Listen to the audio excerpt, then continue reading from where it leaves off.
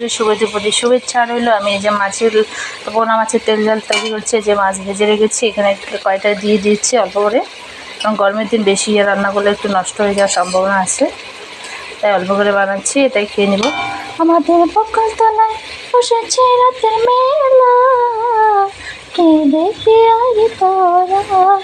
আমাদের বকুল তলায় বসেছে রাতের মেলা, কে দেখি আগে তোরা।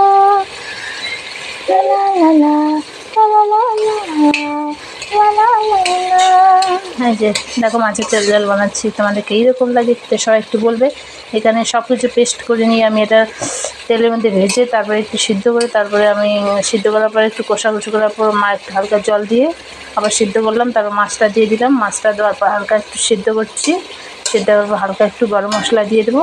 আমার রেডি হয়ে গেল তেল ঝাল ভাই। তো কীভাবে খাবে অবশ্য ভালো লাগবে, একটু মাছটা দিয়ে একটু সিদ্ধ করতে হবে, তাহলে ভিতরে রসটা ঢুকলে বেশি ভালো লাগবে।